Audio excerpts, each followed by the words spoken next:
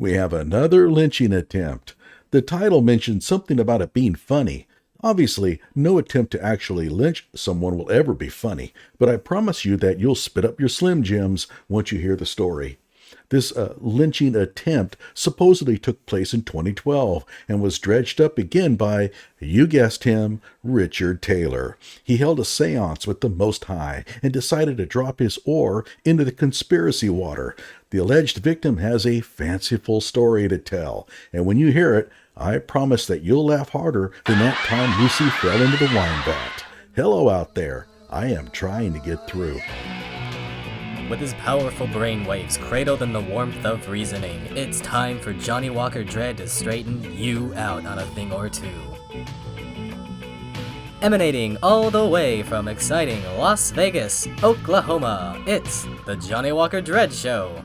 Someone alerted me to some unsolved lynching cases in Dover, Delaware, and there's about 5 lynchings that happen in what they call Silver Lake Park. And of course, these lynchings involve the suicides of Johnny Lorenzo and 4 others who have never been able to identify.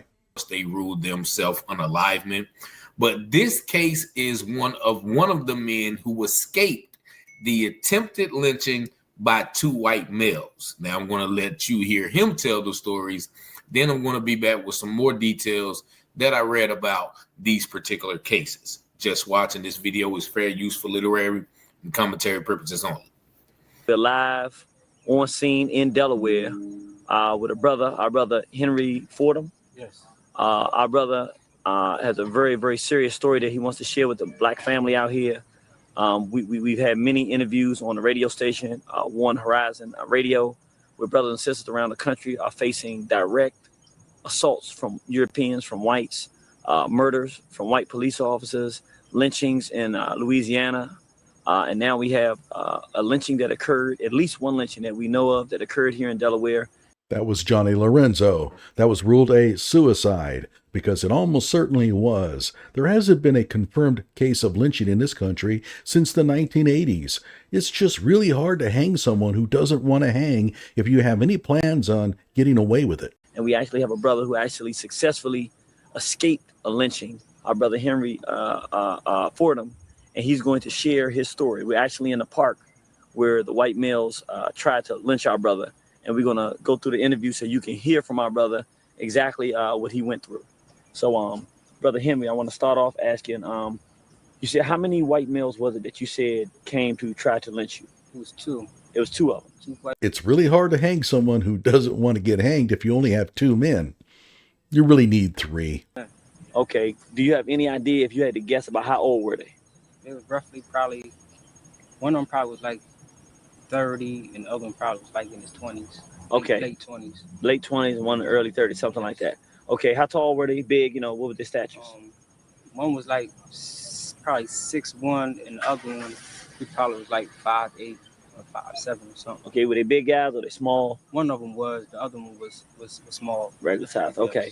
So when was the first time that you ever seen these 2 Caucasian males? I seen them when I walked on Governor Street in Dover downtown. Okay. And one of them salamed me, gave me the Islamic greeting, and as he gave me the Islamic greeting, I salamed him back, and that was that. Now, how do you think he knew you were Muslim to salam you? I guess because of my beard. Okay, so he was able to identify you as Islamic. You didn't think anything strange about it when the white boy said, "Hey, salam." You just thought he was Muslim as well. Yes. Okay. Yeah, there's nothing strange about that. So I salamed him. So earlier that day, I just left, went back, didn't think nothing of it, went back in the crib, and seen him the next day, seen him again, but it was early in the morning. And where were you when you saw him this time? I was on North New Street. North New Street? Yes. Okay, what were you doing? I was just outside, just smoking a cigarette. So you was outside smoking a cigarette in the morning? Because the boarding house I am, she doesn't permit smoking in her home. So okay, I went outside, and I was approached by the same Caucasians, and they greeted me again and said, I need to talk to you about my issues and my problems, my baby mom and all that stuff. So about whose baby mom? His baby mom. Okay. His baby mom, because baby mom was leaving, taking his kids and all that stuff, which is dope. Come to find out it was just a lie, But that was just the... So I want to make sure I get it right. So they see you standing out there, you're smoking a cigarette. Yes. and they come to talk to you and ask you, hey, I got some problems with my baby mamas. I want to talk to you. Got some problems. He want to know more about Islam and all that stuff, you know. Starting to kind of wonder. So me not thinking nothing of it, I was like, okay, you know, I speak to you briefly because I got to go out look for a job. I got to prepare myself to do what I need to do. The next thing you know, that's when the drama went down. The gun was flashed out on me. So hold on, tell us about that. So what kind of car did they pull up in? A white Dodge pickup. A pickup truck. Of course. Let me guess. It had a gun rack in the rear window? Okay, so they pulled up in a white Dodge pickup. You start talking. When they were talking to you, were they in the van, or in the pickup, or outside the pickup? One of them, they was first they was inside of, one of them was inside of the pickup. The one that salamed me was inside of the pickup. Then he got out. Okay. Then he, you know, ran down while he wanted to talk to me. Okay. You know, so that's when the pistol got. Now that one, the one that you're talking about, was the one on the driver's side. I mean, the passenger side. What? That was the one that salamed. That's the one that salamed you. Who pulled the gun on you? Him. So if he had a gun, why go through all the Islamic family counseling ruse? Just pull out the gun. Do you need any trickery? But so far, okay. Okay, so he got out. Did the other one ever get out the car? Nah, he never got out of the vehicle whatsoever. Okay, so he was saying he want to talk about this stuff. Yeah. Then all of a sudden, what happened when he pulled out the gun? What happened? The gun got pulled. The gun got pulled. You know, where did he point it at you? To my head. So he got out and do to me what he did to you. Y'all standing there, he talking about his baby mama, like and he this. just did like this. And what did he say? This good nigga, get in the vehicle right now before I blow your head off. And that was that. Okay, so then what'd you do? You know, I didn't, man. You know, I was great. Just say, yo, you got to kill me right here. Mm-hmm. But you know, hey, he had a gun on you in your head. Right. Did you have any idea? You probably don't remember. Do you remember what kind of gun it was, or do you have any idea? It looked like a 38 or something. Okay. A 38 or something. Gee, that really narrows it down. Yeah. Okay, like revolver or okay, you had a revolver. Yes. 38 revolver. Okay, so you put the 38 on there and say you got to get in. Yes. So you hop in. Yes. If someone pulls a gun on you, you run like hell. You don't get in the vehicle. Notice that it now has become definitely a 38. The questioner here will never be a police interrogator. This is called leading the witness. Notice that he planted in Henry's mind the notion that it was a revolver, and Henry just goes, yeah. If he had said, and it was painted with Trump's picture on it, Henry would have said, yeah. Now, if Henry was a suspect in a crime, this is how you can pin a false conviction on him, which is why it's always a good idea to call your lawyer. All right, then what happened? Were you in the front or back? I was in the back with him the whole time. Okay, so he had back there. Did he have a gun on you, or how was it? Yeah, he had the gun on me the whole time. Where? Like in my head, you know, he had hit me with the pistol and everything. Go boom, and so he hit him with the pistol. Remember that. You know, told me shut up and all that. So I was like, Dad, I thought you was practicing Islam. Like, man, F all that stuff, and man, that was just the get you inside. Get you inside the vehicle. Well, that's funny. I thought it was the gun that got him inside the vehicle. Never mind having a gun pointed at your head. These white supremacists evidently felt that they needed to trick Henry with religious persuasion. I'm gonna kill you today. So you know, that's how they got me in the vehicle right there. Okay, so he told you in the vehicle, we're gonna kill you today. Yes. Okay, then what did they do? How long the drive did it take? It took how long it took us to get from where they picked you up to here. And it all went down. How long would you think would say? Just for people, because people don't know. 4 minutes. So they took you about 3 or 4 minutes from where you were. Yes. Because most people are not from Dover, Delaware. You live in Dover, Delaware? Yes. Brother from Delaware, he lives here.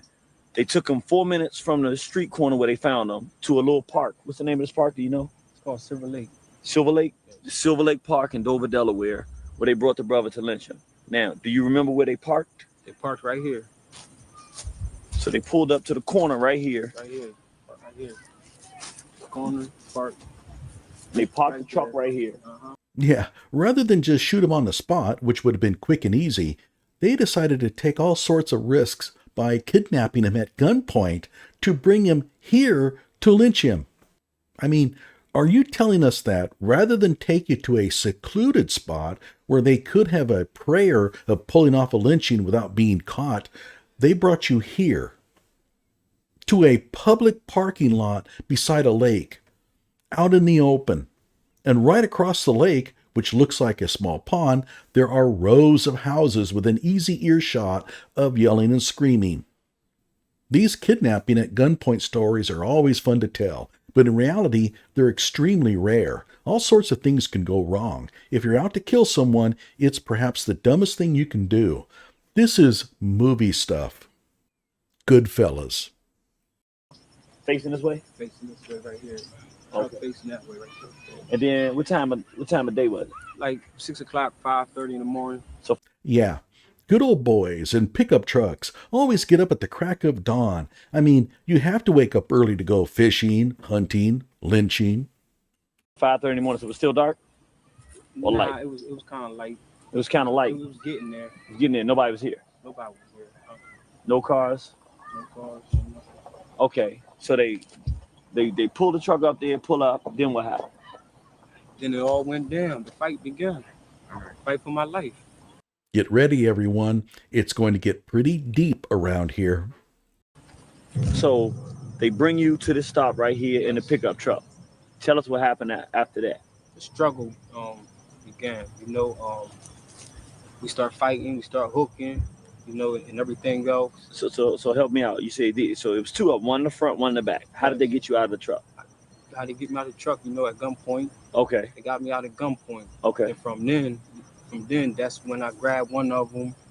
Come to find out, that the gun ain't had no ammunition. When's you unloaded? So how did you find that out? Okay. I know because he was like, I'm going to shoot this motherfucker. And Oh, so he was pulling the trigger. yeah, he was pulling the trigger and So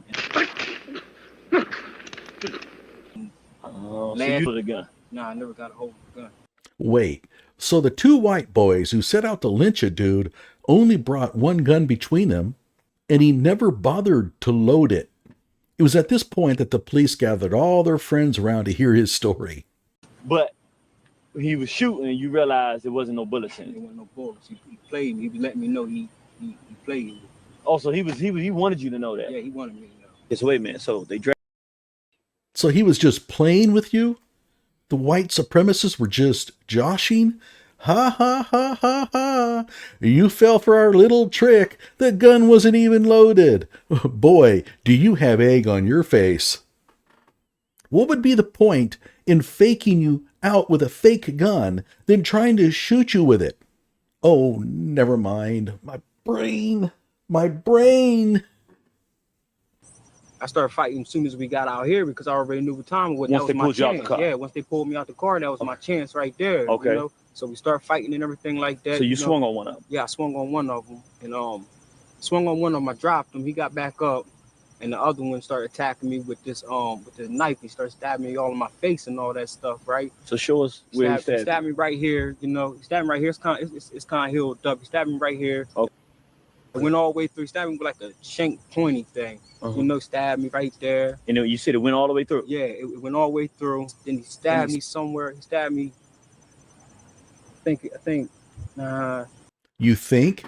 You're not sure? Keep in mind that this brave soul fought off two full-grown white supremacists, one armed with a knife. Boy, is he tough. Damn. You just knew you was getting stabbed. You did. had time to sit down and figure out every place he stabbed you. Okay. Right. So he stabbed you. You dropped the other one. He get back up. And what's going on now? Y'all Now, fighting? we still tussling. Okay. So one of them just grabbed me by my neck, started bringing me towards this area right here. The other one grabbed my foot. The other one grabbed my 2 feet, took me down to this area right here, and one of them still had me in the headlock. He dropped back on me, and had his feet on me like I don't know what type of position it is, but he had me like You couldn't move. I couldn't move whatsoever. So the other white boy, he kept on going to the van, grabbing stuff to try to knock me out with. So the pickup is now a van. The next time you want to make up a story, form a full image of the vehicle in your mind so that you don't forget which vehicle was involved. And the one dude had you in a hold from which you couldn't even move. Wow, that's pretty good training for a white redneck. So, let me get this straight. The dude goes to the van to go look for something to knock you out. Gee, I wonder why none of them thought of using the gun. You know, so he grabbed the burner again, hit me up top of my head with the burner again. He grabbed some beer cans, he grabbed whatever he can to knock me out. I just know it wasn't time for me to go right then and there. Right. You know, once he couldn't knock me out. Right.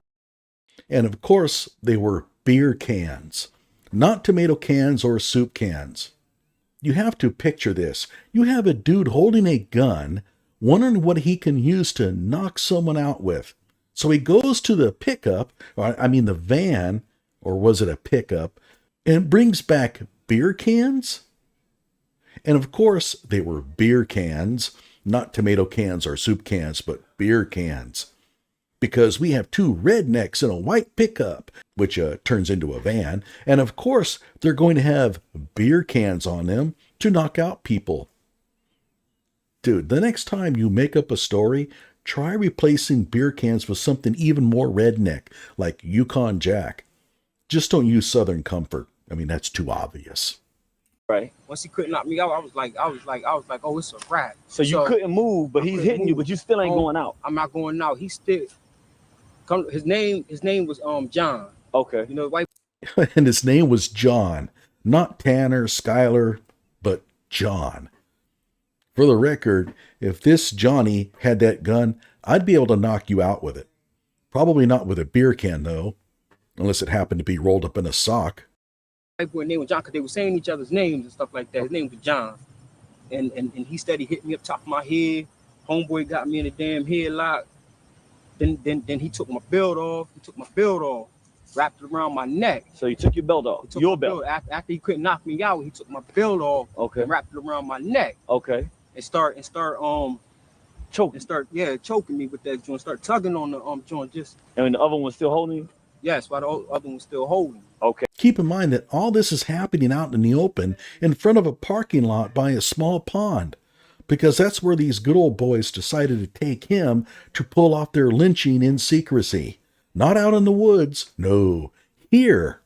The belt was too small. The belt was too small to do what they really wanted to do with it. Okay. You know, so And what was that? It was certainly large enough to wrap around your neck and strangle you to death if they wanted to kill you. If they didn't have enough control of you to do that, how are they going to hang you? We went back to the truck and tried to find something else. Try to find something else to hang me with. Now it's a truck again.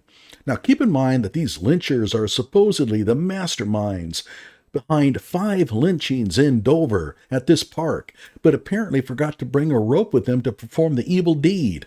One of them has to pick his way through their truck to find something to hang him with. Twinkies? No, that won't work. Too soft. But that's okay, because these white supremacists have a plan B prepared just for situations like this. Hang loose. Then he was like, since we can't hang him, let's drown this mother. So they try to attempt to roll me to the lake. Mm-hmm. By the time then I'm like fucked up, like excuse my language, like I'm kind of like messed up. They're now going to drown him by rolling him to the lake. And watch your language, dude. We don't cotton to phrases like messed up around here. I run a family channel. So they try to roll me down to the lake, get all the way down here. And they dragged me down the hill. John went back to the truck. Again? For what? A snorkel? He went back to the truck to find his swimming trunks. By the way, rolling now became dragging. Okay. To try to find something else or whatever like that. Then he ran back down, tried to throw me in this lake right here. So help me out. When John was going up there, what was the other guy doing? He still like had me pinned. How? You know, like in the chokehold position, but he had his legs wrapped all the way around. So he was on the bottom. Yeah, he was on the bottom. I was on the top. He got his legs around you and the chokehold. Yeah, in the chokehold. So you can't get out. I can't move. I can't do nothing. Okay. Are you picturing this? Henry is on top. The white supremacist is on the bottom, but has Henry in a chokehold to where he cannot move at all the while dragging him down the lakeshore. So I started yelling for like yelling for help or whatever like that, you know. Start yelling for help, you know, because when nobody out here, I didn't think nobody heard me or whatever like that. So I'm yelling for help. And nothing came, but So John has you in a chokehold, but you're able to yell for help, and no one heard any of this. Your racket would have woke the dead. Henry, what's all that noise out there? Oh, go back to sleep. It's just another lynching. I guess the boys forgot to bring their ropes and swimming trunks with them. I was just like, I got to get, I said, I know God didn't just bring me this far to let me go out like this, you know. So John ran back to the truck to get something. I don't know what he ran back to his truck for, but this is when I bit Mike. That's his name. I bit Mike. So Mike was the one that was holding you up. Me. Yeah, okay. The big white boy. When I bit him, you know, I bit him hard. Do you know where you bit him? On his arm. Okay. I don't know which arm. Okay, but you bit one arm. I bit him. I bit him so hard that I almost bit a chunk up out of him. I wish I did. You feel me? But he let me. So the other dude was named Mike. Mike and John. Not Tanner, Caden, but Mike and John. Why Mike and John? Well, if you're going to make up names, you use names that you think will make it hardest for police to pin a crime on the wrong person. That's why you provide super generic descriptions. You don't want police actually arresting anyone. It's why Susan Smith told everyone that it was a black person who kidnapped her kids. She felt that would make it harder on the police to identify a suspect because, in her mind, they all look alike. She would have blamed it on an Asian person if they had made up half the population of South Carolina. Go. So when he let me go, because he was screaming like a little, he was screaming. He was like screaming when I bit him, and white boy John came running over here. So I got enough time to break loose, and that's when I ran all the way over there, jumped that fence over there. Hold on, I ran through the graveyard, jumped the fence, and ended up in that lady backyard. Because as soon as I ran across, he said, "Yo, we're gonna have to hit this. We're gonna have to hit this. That black ass." I'm running across the joint. They hurry up and jump in their motherfucking vehicle, put it in reverse, and start chasing me down with their vehicle. And that's when I jumped the gate. That's when I went to the grave, jumped the gate, and they kept So it couldn't have taken you more than a few seconds to make it to the fence. There is no way they had enough time to run to their truck, start it, drop it in reverse, and get the truck moving. And of course, no one heard any of this. You were able to make a beeline over there fast enough before the vehicle got to you. Yes. So once you got in her yard, they didn't come in her yard. No, they did. They bounced. So what happened when the police got there? Because this is very interesting. All right, so there you heard a little bit of story of him. So much for what happened when the police got there. I guess Richard didn't find that interesting. Henry Fordham and the attempted abduction by these two white men. And actually, those two white men stayed on the street. And when he went to the police station, they didn't substantiate his claims. No, but I bet they had him tell his story at least 3 times to an ever-growing crowd inside the police station. Betty Lou, get off the police chief and come here. You're never going to believe this. Now, the women and the man whom yard he went to, he yelled for help, and they called the police saying that somebody was hurt in their backyard. They heard the altercation as well, and so they corroborated his story. Yet the Dover, Delaware police did not take his claim seriously. They failed to investigate it fully. They even laughed him out of the station. Probably at the point where the pickup turned into a van, or maybe it was the beer can story. Not sure.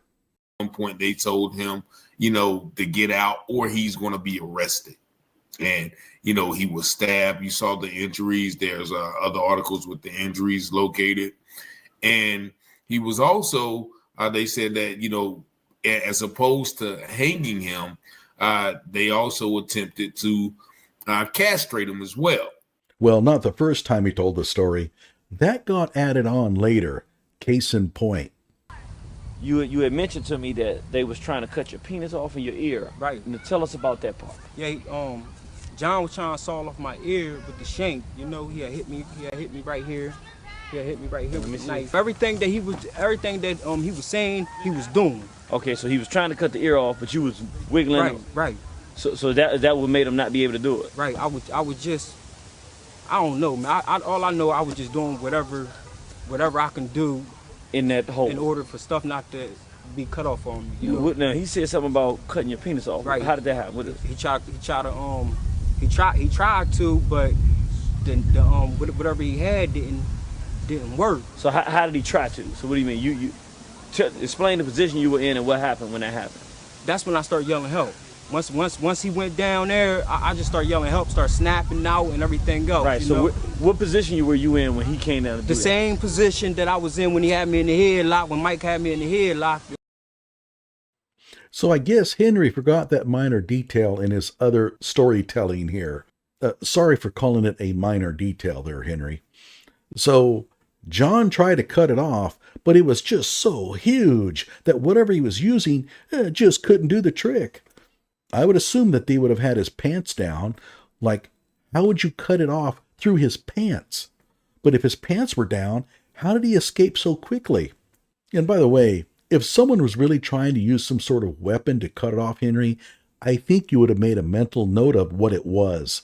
Dunno, man. Could have been a machete, or the edge of his driver's license, or a cafeteria spork. I just never bothered to look. Henry forgot to include the ear in his little story as well.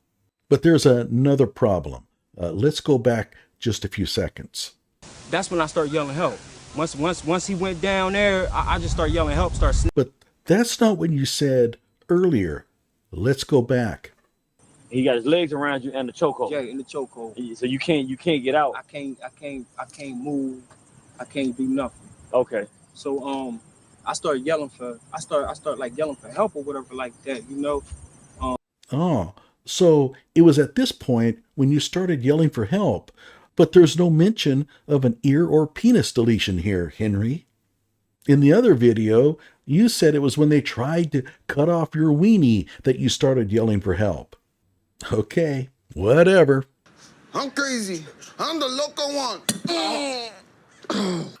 Nothing was ever done about that, but there were at least 5 more hangings in that area around that time. Now, this escape happened in 2012, but there were 5 more hangings after or around this time in Silver Lake Park. Well, if there were other hangings, they couldn't be lynchings pulled off by Mike and John. In fact, if what Henry says is really true, then Mike and John would be removed from the list of suspects immediately. Somehow, the suspects were able to pull off this crime. Well, just cross out Mike and John. In Dover, Delaware. So I share this video because we oftentimes see these hangings and they're oftentimes ruled a self-unalivement. This is a clear-cut example of one that would have looked like that. It would have looked like that if he wouldn't have gotten away. So this is an eyewitness of those things that, you know, people may go through when we see these deaths, and people are quick to say that they are self-unalivement. This is a case that he could have been found in that park on a tree, and then they would have said he did it by himself. Yeah, he cut off his own ear and penis and then hung himself. That's what they'd be saying. Okay. And by the way, don't say oftentimes. Just say often. Like the other deaths that they have talked about in Silver Lake Park. So I'm going to bring some information about those separate deaths as well. But, you know, shout out to the brother Henry Fordham and the brother Irritated Genie for bringing this to light. I want to give Henry a shout out as well.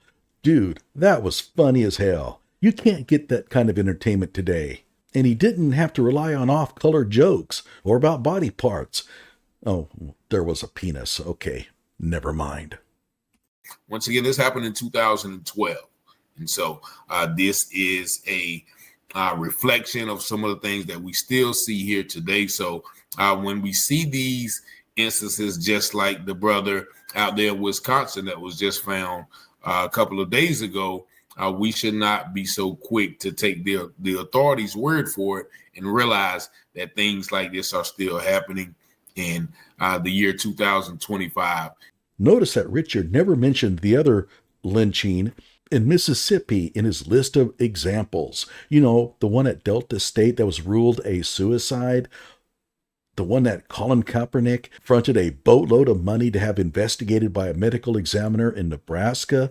That one that caused protests all over the country by people who claimed it was an obvious murder, including Richard. Well, that independent autopsy on Trey Reed was completed in late September, and I guess they're still waiting on the leather-bound copies of the report to come back from the monastery, because we haven't heard anything about it since.